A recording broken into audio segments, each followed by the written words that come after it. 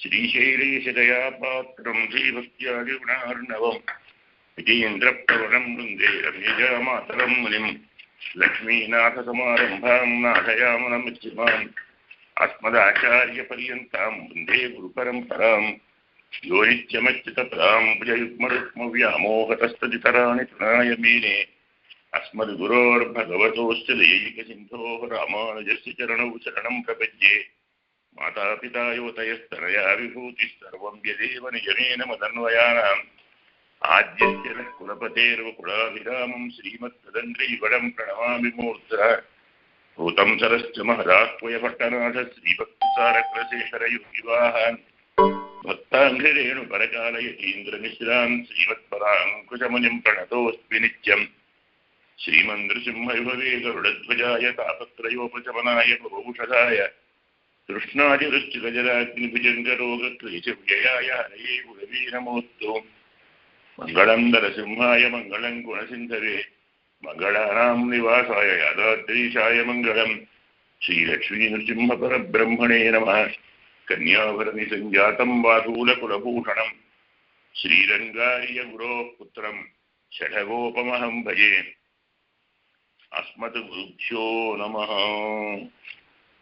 భగవత్ బంధువులారా, మొదట మీ అందరికీ శ్రీ లక్ష్మీ నృసింహ అవతార ప్రాదుర్భావ దినోత్సవ శుభాశిస్సులు, శుభాభినందనలు, శుభాకాంక్షలు. స్వామి యొక్క అన్ని అవతారాలలో నారసింహ వరాహ అవతారాలు ఒక విశిష్టమైన అవతారాలు. ఈ అవతారాలు తరువాత వచ్చే అన్ని అవతారాలకు మూలముగా నిలిచాయి. చాలా మందికి ఈ రహస్యాలు తెలియవు. ఈ నృసింహ వరాహ ఈ రెండవతారాలు సమాజానికి చక్కని సందేశాన్ని, ఉపదేశాన్ని, ఆదేశాన్ని అందిస్తాయి. దీనికి నాంది మనందరికీ తెలుసు. సనక సనందనాథులు 5 సంవత్సరాల వయస్సులో ఉంటారు. వాళ్ళు ఎప్పుడు ఎన్ని యుగాలు గడిచినా పంచహాయనాహ అని మాట చెప్తాడు. అంటే 5 సంవత్సరాల వాళ్ళే, కానీ మొదలు పుట్టిన వారందరికంటే మొదలు పుట్టినవారు. బ్రహ్మ యొక్క మొట్టమొదటి సృష్టి సనక సనందనాథులు, అంటే పరమాత్మ యొక్క మొదటి సృష్టి అంటాం. ఇది ఆది సృష్టి, ఆది అవతారం. ఋషి సర్గం పరమాత్మ యొక్క మొదటి అవతారంగా చెప్తాం మనం. రెండవ అవతారమే వరాహస్వామిగా చెప్తాం. అంటే స్వామి తానే సనక సనంద రూపంలో వచ్చి తరువాత తాను ఈ ప్రపంచంలో తన లీలా విభూతిలో ఆచరించవలసినటువంటి లీలలకు తానే నాంది వేసుకున్నాడు. ఎందుకంటే పరమాత్మ నిర్హేతుక జాయమాన కటాక్ష అంటాము స్వామిని మనం. అంటే ఏమిటి? ఆయన దయకు ఒక కారణమంటూ ఉండదు. మనం రోజు చెప్పుకుంటున్నాం కదా, శ్రీవచన కూర్చున్నాం అనే ప్రబంధంలో కూడా మనం రోజు అదే విషయాన్ని చెప్పుకుంటున్నాం. అంటే పరమాత్మ దయకు వేరే కారణం అవసరం లేదు. ఆ స్వామి వీరిని ఉద్ధరించాలి అనుకుంటే ఉద్ధరిస్తాడు, వీరితో మంచి పని చేయించాలి అనుకుంటే చేయిస్తాడు. అలా ఎందుకు అనుకుంటాడు, ఎందుకు అనుకోడు? అడగవలసిన అడిగే అవసరం కానీ, అవకాశం కానీ, హక్కు కానీ మనకెవరికి లేదు. వారి వారి సమయానుగుణంగా తానే సమయం నిర్ణయించి తానే వారిని ఉద్ధరిస్తాడు. కాబట్టి తరువాత లోకానికి వచ్చి లోకాలలో తాను చేరి మనందరితో కలిసిమెలిసి తిరిగి మనకు దూరంగా ఉండి, మనకు దగ్గరగా ఉండి, మనతో ఉండి, మనలో ఉండి, మనతో అన్ని పనులు చేయించడానికి స్వామి అవతారాలు. తరువాత వచ్చేటువంటి వరాహ, నారసింహ, మరి వామన, రామ, శ్రీరామ, పరశురామ, బలరామ, కృష్ణ, ఇలాంటి అనేక అవతారాలకు నాంది తానే వేసుకున్నాడు. అమ్మగారు పురుషకారం కాబట్టి ఆమెతో కూడా వేయించాడు. మనం ఇక్కడి నుంచి మొదలుపెట్టి కానీ నృసింహ అవతారం యొక్క రహస్యం, వరాహ అవతారం యొక్క రహస్యం మనకు అర్థం కాదు. సనకనందనాథుడు పూర్వేషామపి పూర్వజ, మొదలు పుట్టిన వారందరికంటే మొదలు పుట్టినవారు. కానీ సదా పంచహాయన, ఎప్పుడు 5 సంవత్సరాల వయసులోగానే ఉంటారు. అలా వరం కోరుకున్నారు స్వామి దగ్గర నుంచి. కాలం ప్రభావం మా మీద పడకూడదు, కాలం మాలో మార్పు తేయకూడదు. ఎందుకంటే మన వయస్సు పెరిగితే శరీరం పెరుగుతుంది, శరీరం పెరిగితే వికారాలు పెరుగుతాయి, మనస్సులో కోరికలు మొదలవుతాయి, కోపాలు మొదలవుతాయి, మోహాలు మొదలవుతాయి, లోభాలు మొదలవుతాయి, పాప ప్రవృత్తికి బీజం పడుతుంది. అంత వికారం కావడం వల్లనే కదా మొలక, చెట్టు, పువ్వు, పిందె, కాయ, పండు రాలిపోవటం. ఇదంతా దీనివల్ల కాలం వల్లనే. ఆ కాలం ప్రభావం మా మీద వద్దు, మేము ఎప్పుడు ఇలాగే ఉంటాం, మా మనస్సులో ఎలాంటి వికారాలు కలగకూడదు అని స్వామి నుండి వరం పొంది 5 సంవత్సరాల వయసు వారిగానే ఉండి నిరంతరం అన్ని లోకాలు తిరుగుతూ ఎవరికి ఏ సమయంలో ఎలాంటి బోధ కావాలో వారికి ఆ బోధ చేస్తూ స్వామి అవతారమే కదా.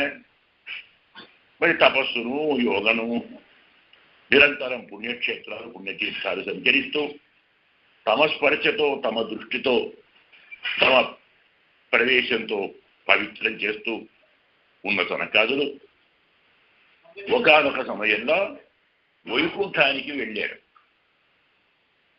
ఇదంతా స్వామి లీల.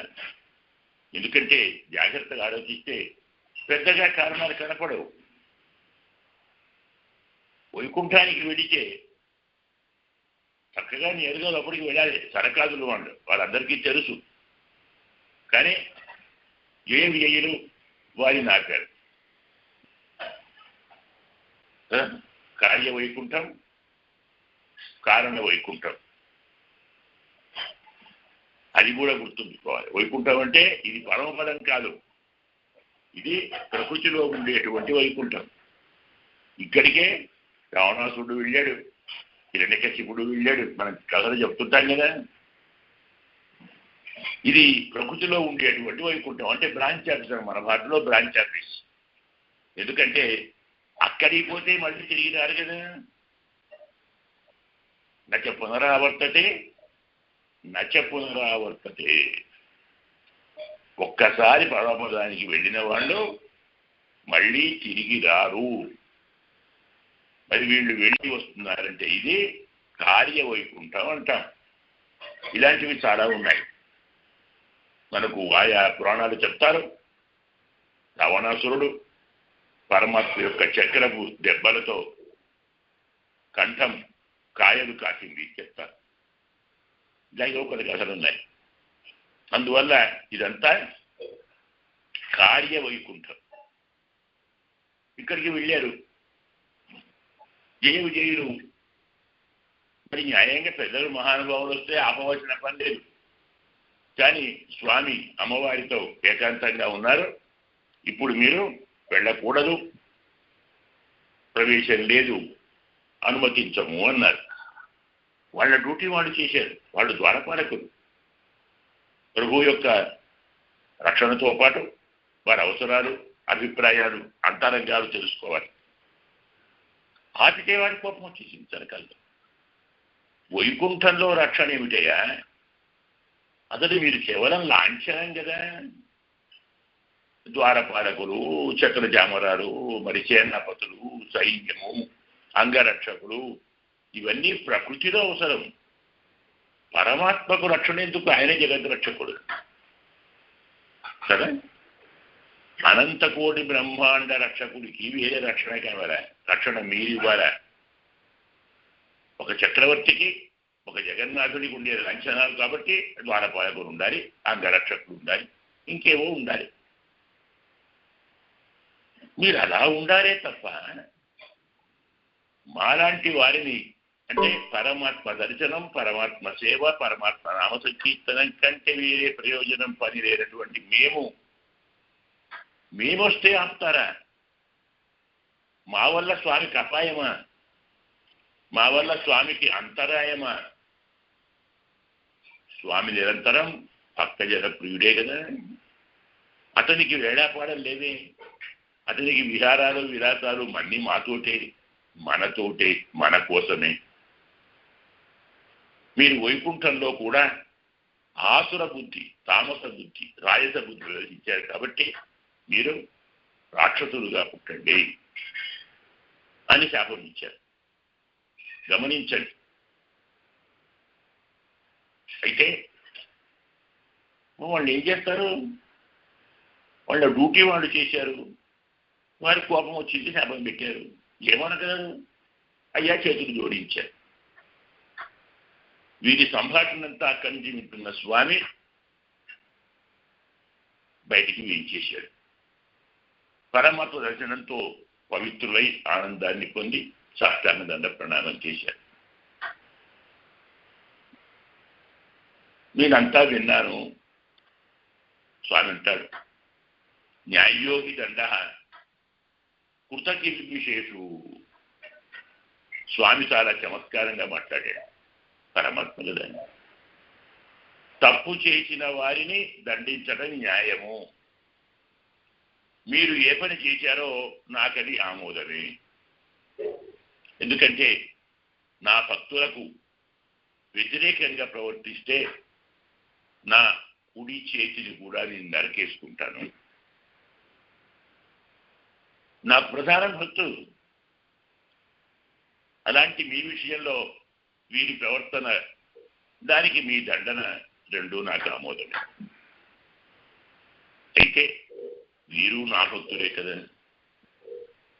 నా భక్తులకు వేరే వారు అపకారం చేస్తే, ద్రోహం చేస్తే మరి వారిని వీరు దండించడం, వీరిని వారు దండించడం న్యాయమేమో. కానీ భక్తులు దండం చేస్తే మరి ఇద్దరికి న్యాయం చేయాలి కదా. అందుకోసం నాలో చిన్న కోరిక, మీరు ఆమోదించండి. నన్ను విడిచి వీళ్ళు ఎక్కువ కాలం ఉండలేరు, అలాగే వారిని విడిచి నేను ఉండలేను. అందువల్ల త్వరగా మళ్ళీ వీరు నా దగ్గరికి వచ్చేలా ఒక 3 జన్మలతో విరోధంతో నిరంతరం నన్నే స్మరిస్తూ నా స్మరణలోనే ఉంటూ త్వరలో మళ్ళీ నా దగ్గరికి చేరుతారు. ఇలా ఒక వ్యవస్థ ఏర్పాటు చేస్తున్నాను, దానికి మీరు ఆమోదించండి. ఇది నన్ను మీరు అనుగ్రహించిన వారు అవుతారు. స్వామి సనకాదులతో మాట్లాడిన విధానం ఇది. వాళ్ళు నోట మాట్లాడలేదు, శరీరం పులకించింది, బుద్ధి పనిచేయడం లేదు. స్వామి ఏమంటున్నాడో అర్థం కాలేదు. ఎందుకంటే తప్పు చేసిన వారిని దండించడం న్యాయము అన్నాడు కదా. తప్పు ఎవరు చేశారో చెప్పలేదు. ఇద్దరూ నా భక్తులే. మరి నా భక్తులు తప్పు చేసినప్పుడు నేను ఎవరిని శిక్షించాలి, ఎవరిని మానాలి అన్నాడు. అంటే ఎవరు చేశారు తప్పు? ద్వారపాలకురా, సనకాదురా కదా. ద్వారపాలకులు ఆపారని వైకుంఠంలో కోపాలు, తాపాలు, విరోధాలు, అవరోధాలు, ఆవేశాలు, కావేశాలు ఎలా ఉంటాయి? తప్పు కదా, ఇక్కడ ఉండకూడదు కదా అని కదా సనకాదు అభియోగం. మరి శాపంలో ఏముంది? సనకాదులు శాపం పెట్టారంటే కోపంతో, సంతోషంతో వారికి విరోధం వచ్చినట్టే కదా, అన్యదాభావం ఉన్నట్టే కదా. మరి వారు కోపాన్ని చూశారు కదా, అది తప్పు కదా. స్వామి ఏమన్నాడు? ఇద్దరూ తప్పు చేశారా? మరి ఇద్దరికి శిక్ష వేయాలి కదా. కానీ మీరు యోగులు కాబట్టి మీకు శిక్ష ఏం లేదు. అయినా ఏదో ఉంటుంది, సమయాన్ని బట్టి మీకు వస్తుంది. వీళ్లకు మాత్రం ఈ చిన్న సవరణ చేశాను, దాన్ని ఆమోదించండి అంటే దాన్ని ఆమోదించారు. స్వామి యొక్క ఆజ్ఞ తీసుకొని ద్వారపాలకులు సరే అటోలోకాలకు భూలోకాలు జన్మించడానికి బయలుదేరారు. సనకాదులు చింతాక్రాంతులై అగోముఖులై నేలకు ముఖం వేసుకొని కొంచెం బాధలో ఉన్నారు. ఏమిటి నాయనా, ఏమిటి స్వామి, స్వాములు మీరు ఎందుకు బాధపడుతున్నారు? తప్పు చేశామనే? అయ్యో, వైకుంఠంలో ఉండేటువంటి ద్వారపాలకులను మా ఒక్క మాటతో భూలోకానికి పంపించామే, పరమాత్మతో భక్తులతో పరమాత్మకు వియోగం కలిగించామే అని బాధపడుతున్నారా? మీకు ఆ బాధతో పని లేదు. ఇదంతా నా సంకల్పమే, ఇదంతా అమ్మ చేసింది, ఇది మా ఇద్దరి సంకల్పం. మేమే భూలోకంలో అవతరించి జీవులను పలు రకాలుగా ఉద్ధరించటానికి, ఉపదేశించటానికి, అధర్మాన్ని తొలగించటానికి, ధర్మాన్ని స్థాపించటానికి రావాలనుకొని మేము చేసుకున్న పని ఇది. ఇది మీతోటే కాదు, మీకంటే ముందు అమ్మ చేసింది ఈ పని. మీ అమ్మే. చెప్తాను, జాగ్రత్తగా వినండి. సనకాదులతో స్వామి చెప్పాడు, మేము ఎప్పుడూ కలిసే ఉంటాం కదా, నన్ను ఆమె విడిచిపెట్టదు, ఆమె నేను విడిచిపెట్టను. భాస్కరస్య ప్రభాయద చెప్తాడు సుందరకాండలో. సూర్యుడిని కాంతి విడివదు, కాంతిని సూర్యుడు విడివాడు. కాంతి లేకుంటే సూర్యుడు కాదు, అవునా? అయినా లోకాన్ని ఉద్ధరించాలనే ఒక చిన్న లీల, ఒక కోరికతోటి మేమిద్దరం సరదాగా ప్రణయ కలహం అంటాం, కథెప్పేసి పెట్టుకున్నాం. ఇదో సరదా. ఎందుకంటే దంపతులు ఎంత ప్రేమ ఉన్నవారైనా, ఎంత అనురాగం ఉన్నవారైనా ఎప్పుడు అదే పనిగా ఒకరినొకరు చూసుకుంటూ ఇంకేమో చేసుకుంటూ కూర్చుంటే కాస్త బోరు కొడుతుంది, వెరైటీ కావాలి. లడ్డు మీద లడ్డు తింటే ముఖం మొత్తుతుంది, వాళ్ళకి కాస్త పులుపో కాస్త కారమో తినాలి. అలాగే ప్రేమ కూడా కొంచెం విరహం ఉంటే కాస్త ఆ రుచి వేరు. కలగించుకొని ఓ క్షణము అరక్షణము, ఒక రోజు అరరోజు విడిగా ఉండి మళ్ళీ కలిశారనుకోండి, అబ్బా అదే మొదటి సమాగం అంత ఆనందాన్ని కలిగిస్తుంది అని శాస్త్రం. అందుకే మేము సరదాగా కాసేపు పేచీ పెట్టుకున్నాం. ఆ పేచీలో లక్ష్మీదేవి అమ్మ కోపం వచ్చేసి, నేను వెళ్ళిపోతున్నాను, ఇక్కడ ఉండను అంది. వెళితే వెళ్ళారు, వెళితే నాకేం అని నేనన్నాను. తాను లేచి బయటకు వస్తుంది. మళ్ళీ చెప్పింది, వెళుతున్నాను, వెళ్ళమంటారా? వెళుతున్నాను, వెళ్ళు వెళ్ళు అన్నాను. సరిగ్గా ద్వారం దగ్గరికి వచ్చి వెనక్కు తిరిగి, వెళుతున్నాను, మళ్ళీ మీరు రమ్మన్నారాను, ఆలోచించుకోండి అని అంది. స్వామి అండి, నేను రమ్మనటం కాదు, నువ్వు వచ్చినా రానియను, పో వెళ్ళిపో అన్నాడు. సరే వెళ్ళిపోయింది. అవి ఉంటుందా బయట? లోపల నేనుంటానా అని లేకుండా? సరదా కదా. అలా కాసేపు బయటికి వెళ్ళిన అమ్మ 10 నిమిషాలు దాకా మళ్ళీ వెనక్కి తిరిగి వచ్చింది. అయితే ద్వారపాలకులు ఉన్నారే, వాళ్ళు విన్నారు స్వామి మాట. ఏమిటి, నీవు వచ్చినా నేను రానియను అన్నారు కదా. ఓహో, అంటే అమ్మ రావటం స్వామికి ఇష్టం లేదేమో అని ఈ ద్వారపాలకులు అమ్మని ఆపేశారు. ఆమె ఆశ్చర్యపోయింది. ఓడి పిచ్చి వాళ్ళారా, మాకు ఆన్సలేమిట్రా? 6 మగల మధ్యకు వేరేవాడు పోకూడదు. కొట్లాడేది వారే, మళ్ళీ మాట్లాడేది వారే, విడిపోయేది వారే, కలిసిపోయేది. అవునండి, నా భర్త నన్ను కొడతాను చెప్తారు, నీకెందుకు ఉంటుంది? కొట్లాడినప్పుడు ఇంతేనా, ఇంతే ఉంటారా, చూసుకుంటూ కూర్చుంటారా? ఏం చెప్పారా ఆయనకు? మీరంతా ఆయన పక్షమేనా అంటారు. పొరపాటున చెప్పామనుకోండి, అవునండి నా భర్త నన్ను ఏమని అంటాడు, మీకెందుకండి, మేమే ఒకటి, వాడు అనుకుంటాం, రేపు కలుస్తాం, అప్పుడు మీరు వస్తారా? ఆలు మగల మధ్యకు పోకూడదు. వీళ్ళ అమ్మాయికి ఆ సంగతి తెలియదు, అమ్మను ఆపేశారు, నన్నే ఆపేస్తారా, మాది కలహమారా, మాకు విరోధం ఉంటుందారా, సరదాగా అనుకుంటాం కాసేపు. మీలో సాత్విక ప్రవృత్తి పోయింది, మీరు రాక్షసులు అయ్యారు, రాక్షసులుగా పుట్టండి అని అమ్మే చెప్పించింది నాన్న. అమ్మ శాపాన్ని మీరు కన్ఫర్మ్ చేశారు అంతే తప్ప మీరు కొత్తగా వారికి పెట్టిన శాపం అంటూ ఏమీ లేదు. అర్థమైందా? దిగులు పడకండి, వెళ్ళండి అని వారిని పంపించారు. ఈ శాపం వల్లే వారు 3 జన్మలు కదా, హిరణ్యకశ్యప, హిరణ్యాక్షుడు, రావణ, కుంభకర్ణుడు, శిశుపాల, దంతభక్తుడు కదా. ఇందులో హిరణ్యాక్షుడు పెద్దవాడు, హిరణ్యాక్షుడిని సంహరించడానికి వరాహస్వామి, హిరణ్యకశ్యపునికి నరసింహస్వామి. మరి అదే వరుసలో మరి హిరణ్యకశ్యపుడు, మరి ఆయన కొడుకు ప్రహ్లాదుడు, ప్రహ్లాదు కొడుకు విరోచనుడు, విరోచనుడి కొడుకు బలిచక్రవర్తి, అతని కోసం వామనుడు కదా. అదే అంశగా ఉన్నటువంటి కొందరు మహానుభావులు ఉన్నారు. పరమాత్మ యొక్క చక్రాంశ వచ్చినటువంటి కార్తవీర్యార్జునుడు, ఇలాంటి వారి కోసం పరశురాముడు, రావణ కుంభకర్ణులకు శ్రీరాముడు, విశ్వదంతభక్తులకు కృష్ణుడు, బలరాముడు. ఇలా అన్ని అవతారాలకు మూలం ఇది. తనకాదులు మూలం, వారి శాపం మూలం, ఇంకాస్త బాగా చెప్పుకోవాలంటే పరమాత్మ సంకల్పం మూలం. ఇంతే కాకుండా ఈ వరాహ నారసింహ అవతారంలో, ప్రత్యేక వరాహ అవతారంలో మనందరికీ ఒక చక్కని ఉపదేశం చేశారు. ఇవన్నీ లింకు, ఏ ఒక్కటి మర్చిపోకూడదు, అన్నీ కలిపి చెప్పుకోవాలి ఒకదానికోటి.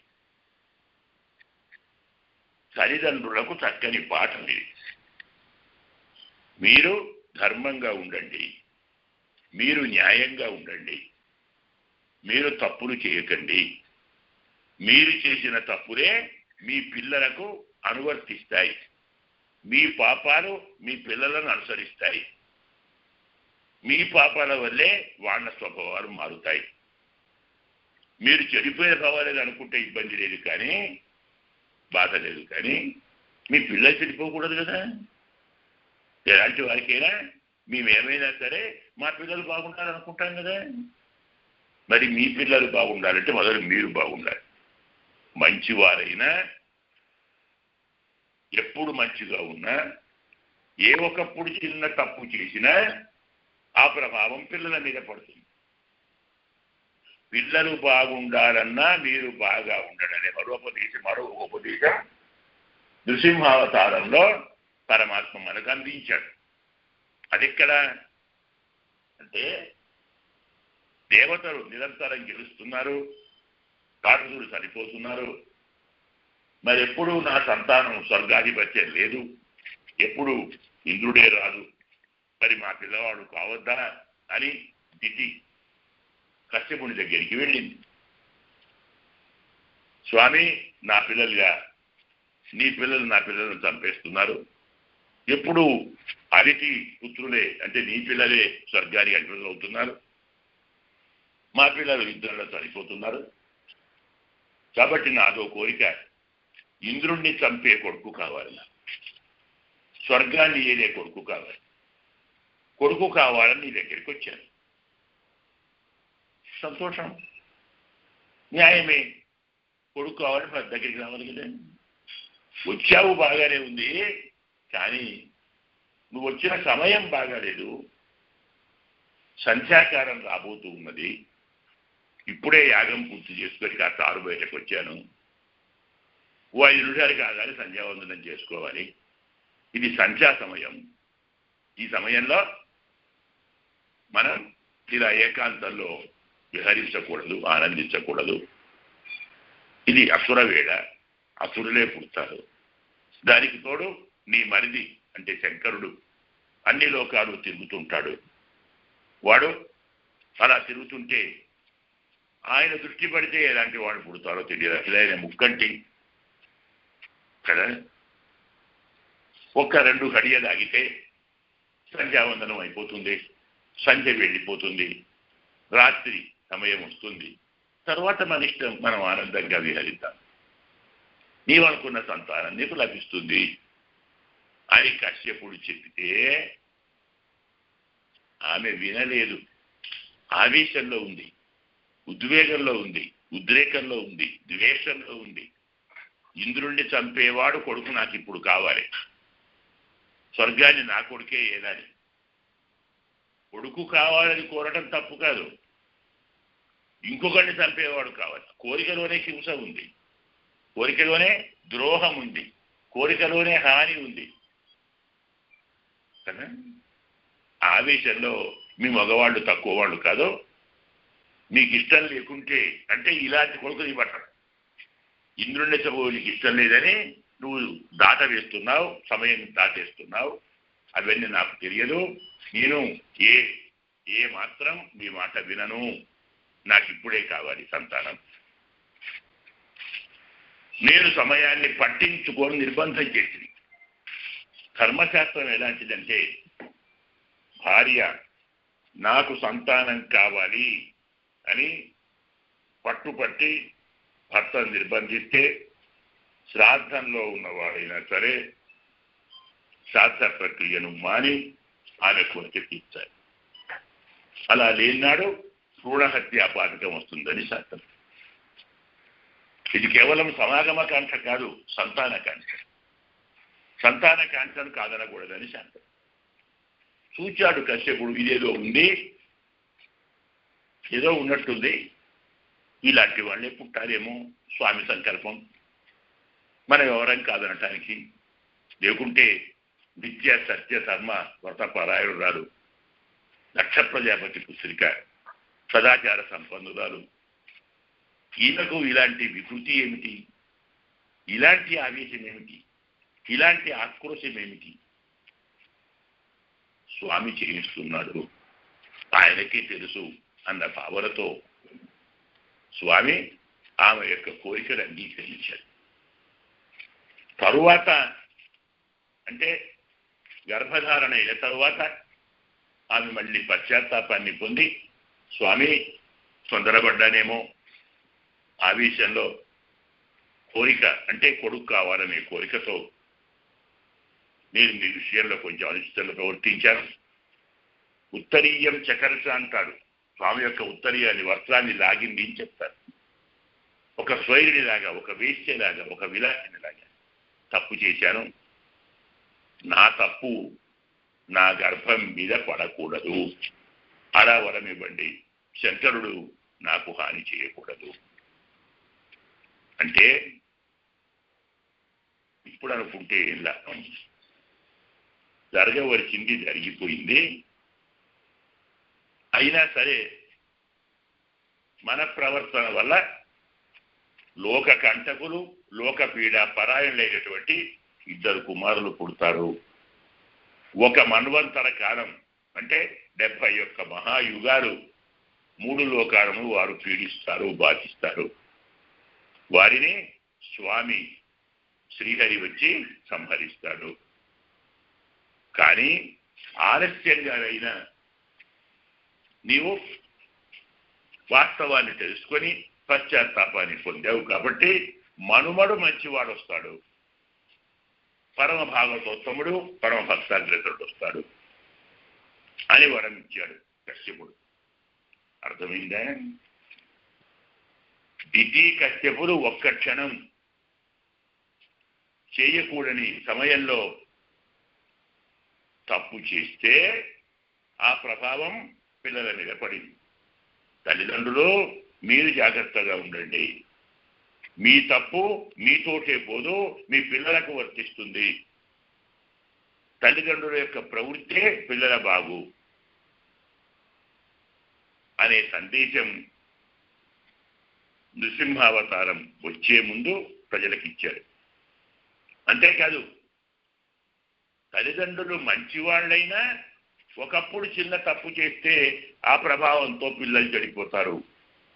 తల్లిదండ్రులు చెడ్డవారైనా ఒకప్పుడు మంచి పని చేస్తే ఆ పుణ్యంతో పిల్లలు మంచివారు అవుతారు అనే ఉపదేశం కూడా నృసింహావతారానికి ముందు మనకు తెలుస్తుంది. అది ఎలా తెలుస్తుంది? ఏం చేశారు? హిరణ్యాక్ష సంహారం తరువాత హిరణ్యకశ్యపుడు శ్రీ మహావిష్ణువును చంపేస్తాను, నా అన్నను చంపేశాడు, వాడిని చంపేస్తాను నేను అని బయలుదేరితే శుక్రాచార్య వారు వచ్చి, నాయన తగదది, నీ వల్ల కాదు, నీ శక్తి సరిపోదు, నువ్వు శ్రీ మహావిష్ణువును గెలవాలంటే తపస్సు చేయాలి, 10,000 ఏళ్ళు తపస్సు చేసి తపశక్తి సంపాదించి అప్పుడు ప్రయత్నించు, అప్పటిదాకా వెళ్ళొద్దు, సాహసం చేయొద్దు అని గురువు గారు చెప్పారు శుక్రాచార్య వారు. మరి గురువు గారి మాట వినాలి కాబట్టి తప్పకుండా అలాగేనండి అని మహానుభావుడు ఒప్పుకున్నాడు. ఒక 10,000 ఏళ్ళు నేను తపస్సు చేస్తాను అని సంకల్పించి అందరికీ చెప్పి అన్ని ఏర్పాట్లు చేసి తపస్సుకు వెళ్ళాడు. 10,000 ఏళ్ళు కలిసి ప్రశాంతంగా బతుకోవచ్చు కదా అని అందరూ సంతోషంగా ఉన్నారు. కానీ తపస్సుకు వెళ్ళినటువంటి ఈ మహానుభావుడు 5-6 రోజుల్లో వచ్చేసాడు. అందరూ ఆశ్చర్యపోయారు. అదేంటి 5-6 రోజులు రావటం ఏంటి? 10,000 ఏళ్ళు కావాలి కదా. అయినా ఎవరు అడగాలి? ఆయన ఏమడగాలి? స్వామి అప్పుడే అయిందా అన్నారు అనుకోండి, ఏరా నేను పోతే ఏమనుకుంటున్నావు, పని కాకుండా వస్తానా, నా శక్తి తక్కువ ఉందా, నీకేమవసరమైంది అంటే ఏం చేయాలి? కాలేదు అన్నా కష్టమే, అయిందా అన్నా కష్టమే. ఎందుకు వచ్చిన బాధ? ఏదో స్వాగతం చెప్పారు, తప్పించుకున్నాను. అందరూ తప్పుకుంటారు కానీ భార్యకు తప్పదు కదా. ఆమె వెళ్ళింది, స్వాగత ప్రక్షాళన స్వాగతాలు చేసింది, చక్కగా భోజనం ఏర్పాటు చేసింది. మనం చెప్పాం, జ్ఞాపకం ఉందో మీకు, ఆడవారికి భోజనే చెయ్యనే ద్విగుణం బలం అని శాస్త్రం. అన్నం పెట్టే ముందు చెయ్య మందిరంలో వారికి బలం రెట్టింపుగా ఉంటుంది. వాడు చెప్పినట్టే వింటారు మగవారు, తప్పదు. అలా తల్లి లీలావతి భోజనం వడ్డించి హిరణ్యకశ్యపుడు భోజనం నోట్లో పెట్టుకుంటున్నాడు. స్వామి స్వామి ఓ చిన్న మాట చెప్పరు, 10,000 ఏళ్ళు చెయ్యాలని గురువు గారు చెప్పారు కదా, అలాంటిది 5 రోజుల్లో అయిపోయిందా? అంటే మీరు సమర్థులే, ఎలాంటి పని చేయగలరు, మీరు పని చేయకుండా రారని కూడా నాకు తెలుసు, పని తప్పకుండా ఏ ఉంటుంది. కానీ 10,000 ఏళ్ళు ఎక్కడ, 5-6 రోజులు ఎక్కడ? ఇంత అసాధ్యాన్ని సుసాధ్యం చేశారా? ఎలా చేశారు కాదు చెప్పరు. అంటే ఇవాళ ఏం చేయాలి పాపం వేడికి చెప్పరు. అబ్బే లేదు, కాలేదు, పని కాలేదు. పని కాలేదా? పని కాకుండా మీరు వచ్చారా? వస్తారా? అసలు భార్యను కదా పరిశాసం ఆడుతున్నారు, మీరు వెడితే పని కాకపోవడం ఏంటి? నిజం చెప్పుదురు. లేదు లేదు నిజంగా కాలేదు, నిజంగా కాలేదా? మరి నమ్ముతాను, మీరు చెప్తే కాదంటానికి వీల్లేదు కదా, అలాగే నమ్ముతాను. కానీ ఎందుకు కాలేదు? మీరు పోతే పని కాకుండా రారే. మీ పట్టుదల అలాంటిది, మీరు వజ్ర సంకల్పుడు. అంతా నిజమే కానీ ఏం చెయ్యాలి? ఓ చిన్న తప్పు జరిగింది, అలా నేను వెళ్ళాను, ఒక చెట్టు, పెద్ద చెట్టు ఉంది, ఆ చెట్టు కింద వేదిక ఉంది, కూర్చున్నాను. అదేం చెట్టో చూడలేదు. తర్వాత చూస్తే అది రావి చెట్టు. అంటే అర్థం అశ్వత్థ సర్వవృక్షాణం. అశ్వత్థ నారాయణుడు కదా, అది స్వామి. తెలియకుతున్నాను, నేను కళ్ళు మూసి తపస్సు మొదలుపెట్టాను. ఆ చెట్టు మీద ఒక పక్షి ఉంది. ఆ పక్షి నారాయణ నారాయణ నారాయణ అంటుంది. నేను ఒక్కసారి ఏదో అంటే ఆ పక్షి నారాయణ 10 సార్లు. 5 రోజులు విన్నాను లేకుండా 1000 సార్లు విన్నాను. కళ్ళు మూస్తే నారాయణ, కళ్ళు తెరిస్తే నారాయణ, చూస్తే నారాయణ, చూడకుంటే నారాయణ, కూర్చుంటే నారాయణ, నిలబడితే నారాయణ, నారాయణ నారాయణ నారాయణ. ఇంక తపస్సు ఏం చేస్తాను? ఓ 5-6 రోజులు అట్లాగే సరే వెళ్ళిపోతుందేమోదే, నాకెందుకు గోరా, దాన్ని ఎందుకు వెళ్ళగొట్టాలి, చెట్టు దానికి ఆధారం కదా, పక్షులను ప్రాణులను హింసించకూడదు అన్నభావంతో ఒప్పుక పడితే ఎప్పటికీ మానదే. కొంతసేపు వెనక చూస్తే పక్షిదేదో నామాయం వస్తుంది, నారాయణ నారాయణ. సరే ఇంత ఉంటుంది కదా, ఏ కొమ్మల చాటునో ఆకుజాతం ఉంది అనుకున్నాను. ఇక నా వల్ల కాలేదు, మనస్సు వికలమైంది. ఇది మంచి ముహూర్తం దారేదేమో, మళ్ళీ వస్తానులే అని వెళ్ళొచ్చాను. అది సంగతి. ఏమందండి పక్షి? నిజంగా అండి పక్షి అందే. పక్షి అంటే నారాయణ నారాయణ, ఇంకేముంటుంది నారాయణే. మాట్లాడితే నారాయణ, ఆ కుమ్మి నారాయణ, ఈ కుమ్మి నారాయణ, పైన నారాయణ, కింద నారాయణ. ఎలాగైతే దీన్ని భార్య హిరణ్యకశిపుడితోటి భోజనం పూర్తయ్యే లోపు 1000-2000 సార్లు నారాయణ నామాన్ని పలికించింది. అక్కడ చెట్టు దగ్గర వాడు ఒక 6 రోజులు విన్నాడు. రోజు 2000 కాదు, రోజు 10,000 అనుకుందాం. ఓ 60,000, ఓ 70,000 అయిపోయాయి. ఇక్కడ ఓ 2-3 వేలు అయిపోయాయి. ఇంకెక్కువ అయ్యాయేమో. Next scene చెయ్యామందిరం. అక్కడికి వచ్చి తాంబూలం ఇచ్చి, స్వామి మీకు భోజనం పెడుతున్నాను కదా, భార్య భర్త కడుపు చూడాలని శాస్త్రం, మీరు ఏది బాగా తింటున్నారు, ఏది మీకు రుచిగా నచ్చింది, దాన్ని అడగకుండానే వడ్డించాలి కదా. నా దృష్టి అంతా మీ భోజనం మీదనే ఉంది. మీరు చెప్పిన మాట సరిగ్గా విలేదు, మళ్ళొక్కసారి చెప్పరు, పుణ్యం ఉంటుంది, ఏమనుకోవద్దు, క్షమించండి, నా దృష్టి లేదు, నా కోసం చెప్పండి. అడిగితే భార్యలు ఏం చేస్తాను, మళ్ళీ రిపీట్, మళ్ళీ 5-6 సార్లు నారాయణ. ఇలా ఇంచుమించు 75,000లో 1,00,000 సార్లు నారాయణ నామాన్ని విని, నారాయణ నామాన్ని అని, మరి దాంతో లీలావతి నారాయణ నామాన్ని వింది హిరణ్యకశిపుడు అన్నాడు. ఆ దంపతులకు వారి పుణ్యం వల్ల పుట్టినవాడు ప్రహ్లాదు.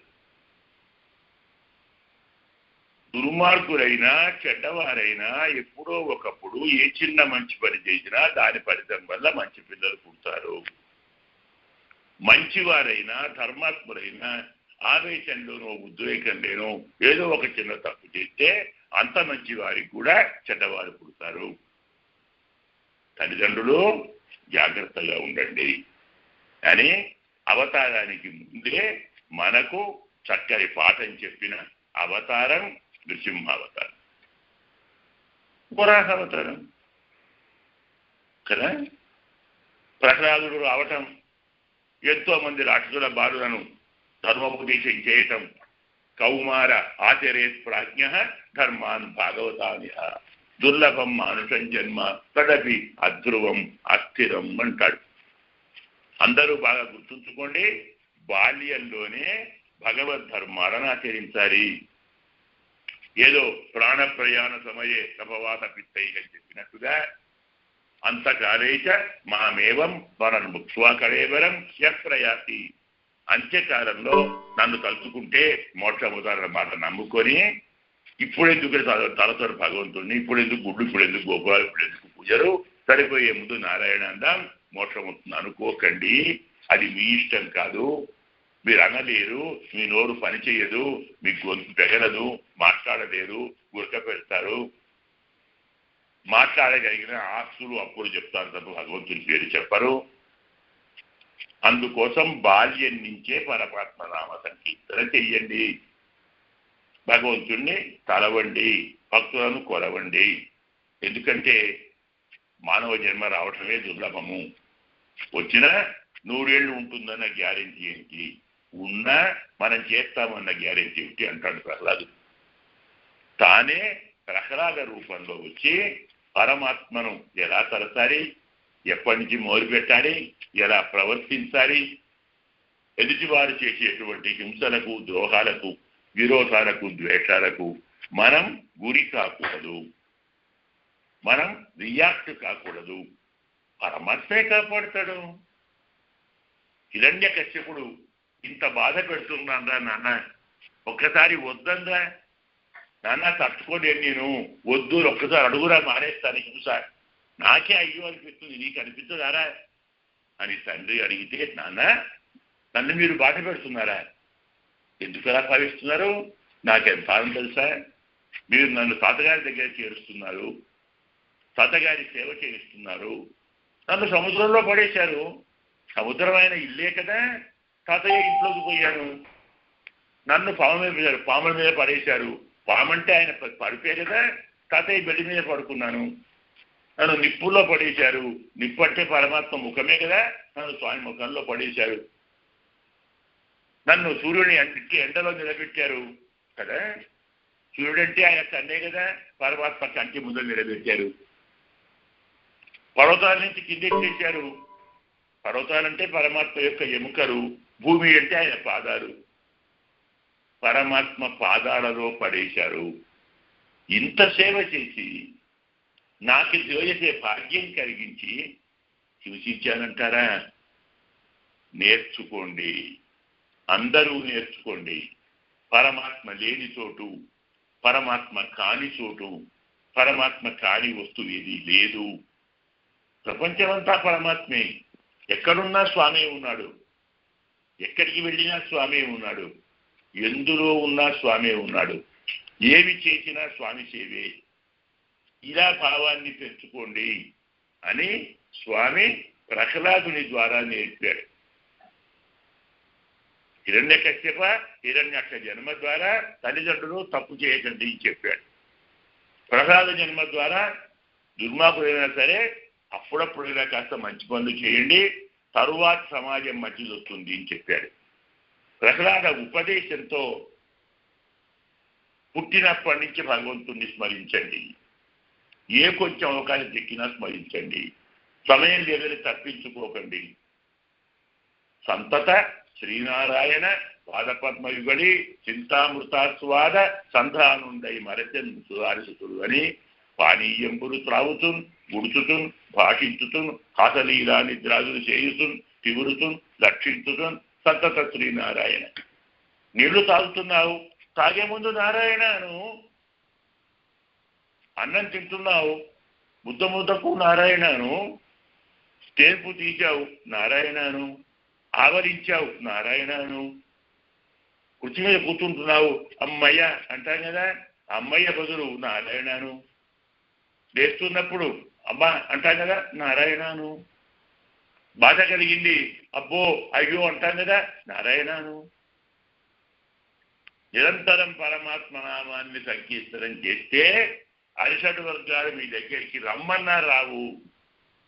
తండ్రి అయినా తల్లి అయినా గురువైనా ప్రపంచమైనా మీకు హాని చెయ్యలేదు, మిమ్మలను బాధించలేదు అనే తత్వాన్ని ప్రహ్లాదుని ద్వారా చెప్పాడు. ఇక అవతారానికి వస్తే ఎందుకు వచ్చాడు స్వామి, అవసరం ఏమిటి, నారసింహుడు ఎందుకు రావాలి, అదేమిటండి, హిరణ్యకశ్యపుడిని చంపాలి కదా, ప్రహ్లాదుని కాపాడాలి కదా అంటారేమో. హిరణ్యకశ్యపుడిని చంపడానికి స్వామి రావాలా? వైకుంఠంలో ఉండి అరే ధ్వస్తోభవాన్ని కావడావాడు, రక్షభవాటి బతకడా, వీడిని బతికించడానికి వాడిని చంపడానికి స్వామి దిగి రావాలా? అదేమిటండి బ్రహ్మవరం ఉంది కదా అంటారేమో. బ్రహ్మ నువ్వు ఎవడిగాడు హిరణ్యకశ్యపుడు, భూతేభ్య స్వద్విసృష్టేభ్య మృత్యుర్మాభూత్ అన్నాడు. బ్రహ్మగారు నీవు సృష్టించిన వాటితో నీరు చావకూడదు, ఇది వరం హిరణ్యకశ్యపుడు. బ్రహ్మ సృష్టించిన వాటితో వీడు చావడు అంతే. మరి నారాయణుడు బ్రహ్మను సృష్టించిన వాడు, వాడితో చావడా? ఆలోచించండి. బ్రహ్మ సృష్టించిన వాటితో చావడు, కానీ బ్రహ్మను సృష్టించిన వాడితో చస్తాడు లేదా? మరి ఇంకెందుకండి ఆయన రావటం? ఆయన రాకున్నా అందుకే మనకు భాగవతంలో తప్ప తజ్జల పురాణాల్లో ప్రహ్లాదుడు లేడు. ఈ ప్రహ్లాదుడి అడగటాలు కోరటాలు స్తంభాలు లేవు. వాడిని చంపాలి అని దేవతను ప్రార్థిస్తే అమాంతం నరసింహ రూపంలో వచ్చేస్తాడు. 2 సభలోకి వచ్చి 1000 చేతులతో వచ్చి యుద్ధం చేసి వాడిని చంపిపోతాడు. అలా వచ్చాడు. ఆ పురాణాల రీత్యా చూసిన స్వామి నరసింహ రూపంలో వచ్చాడు. వాడితో యుద్ధం చేశాడు, వాడిని చంపాడు కదా. ఎందుకు అంటే చెప్తుంది భాగవతం, సత్యం విధాతుం నిజభృత్య భాషితం వ్యాప్తించ స్వస్య అఖిల భూత గమ్యతాం. ఏం చెప్పారు? సత్యం విధాతుం, తన భక్తుల మాట నిజం చెయ్యటానికి వచ్చాడు. ఏం మాట? ప్రసాదుడు ఏమన్నాడు?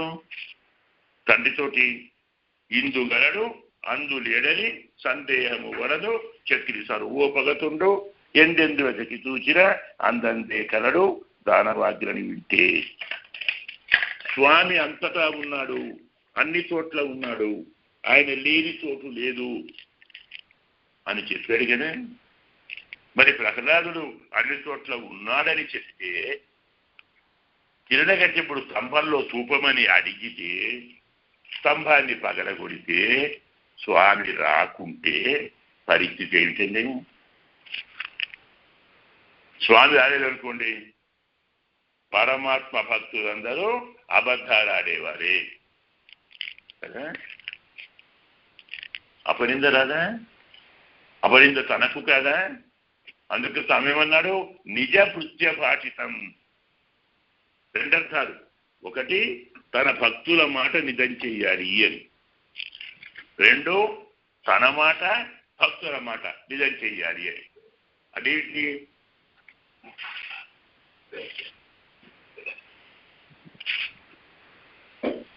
ప్రహ్లాదుని మాట నిజం చేయాలి కదా, అందుకు వచ్చాడు. భక్తుని కాదు. ఎవరు ఇంకా భక్తులు? ఇద్దరు. ఇంకెవరున్నారు? ప్రహ్లాదునికి ఎవరు చెప్పారు ధర్మాన్ని? కదా, నారదుడు కదా. మరి ఆయన మాట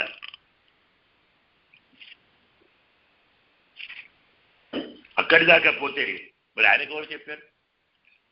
నారదునికి. ఆయన తండ్రి బ్రహ్మ కదా.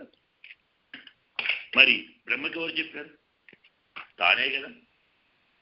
అందుకే తన మాట నిజం కావాలి, తన భక్తుల మాట నిజం కావాలి. తన భక్తుల మాట అబద్ధం కావద్దని స్వామి వచ్చాడు. చాలా స్పష్టంగా చెప్తుంది. సత్యం విధాతం నిజభృత్య భాషితం వ్యాప్తించ స్వస్య అఖిల భూత గమ్యతాం.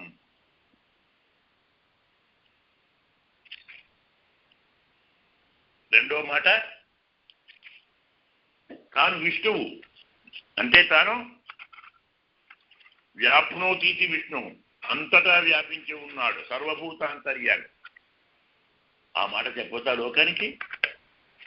అదృశ్యత అత్యద్భుత రూపముద్వహన్ స్తంభే సభాయాం నా మృగం నా మానుషం. ఇది భాగవతం శ్లోకం. పరమాత్మ ఎందుకు వచ్చాడు అంటే, నృసింహావతారం యొక్క పరమార్థం ఏమిటంటే భక్తుల మాట దక్కించటం. తన మాట తప్పినా సరే, తన మాట పోయినా సరే, తన భక్తుల మాట మాత్రం తాను తప్పకుండా నెరవేర్తాడు. భక్తుల మాటకు భంగం రానివ్వడు. అంతేకాదు, ఒక చమత్కారం చెప్తారు స్వామి. ఇందులో పరమార్థం ఇంకోటి ఉంది, ఇందులో ఇంకో రహస్యం అని చెప్పుకుందాం. హిరణ్య కశ్యప, హిరణ్యాక్ష. ఒక్కసారి ఈ పేర్లలోని ఆంతర్యం కూడా మీరు తెలుసుకోవాలి. పరమాత్మ ఏం పోగొట్టాడో తెలుసుకోవాలి. హిరణ్యాక్ష, అక్ష అంటే ఇంద్రియాలు, హిరణ్య అంటే బంగారం, బంగారం అంటే అర్థం వ్యామోహం. అక్ష అంటే ఇంద్రియాలు, హిరణ్య అంటే వ్యామోహం. హిరణ్యాక్ష అంటే ఇంద్రియ వ్యామోహం. హిరణ్య కశ్యప, కశ్యప అంటే పరుపు, పడుకునేది. పరుపు అంటే భోగానికి సంకేతం, కసిపు అంటే భోగము, హిరణ్య అంటే వ్యామోహము, హిరణ్య కశ్యప అంటే భోగ వ్యామోహము, హిరణ్యాక్ష ఇంద్రియ వ్యామోహము. సంసారంలో జీవుణ్ణి పడవేసేది ఈ రెండే కదా, ఇంద్రియ వ్యామోహము, భోగ వ్యామోహము. ఈ రెంటిని గెలిచిన వాడే పరమపదాన్ని చెందుతాడు, పరమాత్మ దగ్గరికి వస్తాడు. కానీ ఈ రెండు మనం పోగొట్టలేము, పరమాత్మే పోగొట్టాలి. పరమాత్మను ప్రార్థించండి, స్వామి మా ఇంద్రియ వ్యామోహాన్ని పోగొట్టు, మా భోగ వ్యామోహాన్ని పోగొట్టు. ఇలా స్వామి వరాహ నారసింహ అవతారాలలో ఇంద్రియ వ్యామోహాన్ని భోగ వ్యామోహాన్ని పోగొట్టాడు. ఈ రీతిలో నారసింహ అవతారం వరాహ అవతారం మనకు చక్కని నీతి చెప్పింది. తల్లిదండ్రులు జాగ్రత్తగా ఉండండి. మీరు మంచివారైన క్షణిక ఆవేశంలో, ఉద్వేగంలో, ఉద్రేకంలో తప్పులు చేస్తే మీ పిల్లలు పాడవుతారు. మీరు చెడ్డవారైనా అప్పుడప్పుడైనా కొన్ని మంచి పనులు చేయండి, మీ పిల్లలు మంచివారు అవుతారు. పరమాత్మ తన మాట తప్పుకుంటాడు, కానీ తన పిల్లల మాట, తన భక్తుల మాట కాదనడు. వారి కోసమే స్వామి వస్తాడు, వారి కోసం తన మాట వదులుకుంటాడు. మనకున్న ఇంద్రియ వ్యామోహం, భోగ వ్యామోహం అనే వాటిని పరమాత్మే పోగొడతాడు. మనం పోగొట్టుకోలేము, పరమాత్మను ప్రార్థించండి అనే 3 పరమ సత్యాలు నృసింహావతారం లోకానికి చాటింది. ప్రహ్లాదుని భక్తి, ప్రహ్లాదుని ఉపదేశం, నారదుని యొక్క ప్రవృత్తి, బ్రహ్మగారి ప్రవృత్తి, మరి సనకాదుల యొక్క ప్రవృత్తి, వారి శాపం, పరమాత్మ సమాధానం, ఇవన్నీ కలుపుకుంటే తానే వరాహ, నారసింహ, వామన, పరశురామ, రామ, బలరామ, కృష్ణ ఇత్యాది అవతారాలుగా వచ్చి లోకాన్ని ఉద్ధరించటానికి ఆడిన నాటకం ఇది. తల్లిదండ్రులకు పాఠము, భక్తులకు పాఠము, దుర్మార్గులకు పాఠము, సకల జీవులకు ఇంద్రియ వ్యామోహం, భోగ వ్యామోహం నేను పోగొట్టారే, మీరు పోగొట్టుకోలేరు, నన్ను ప్రార్థించండి అని చెప్పటం.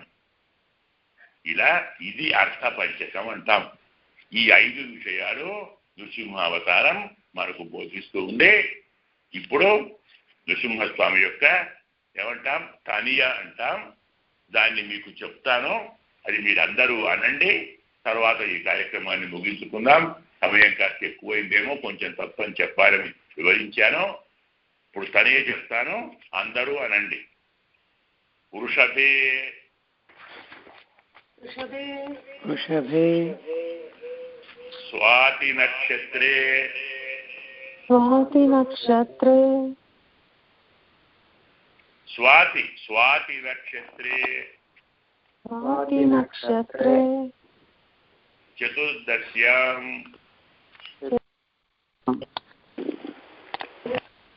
అయ్యా అన్నారా కదా? చతుర్దశ్యాం శుభే దినే శుభే దినే సంధ్యాకాలేన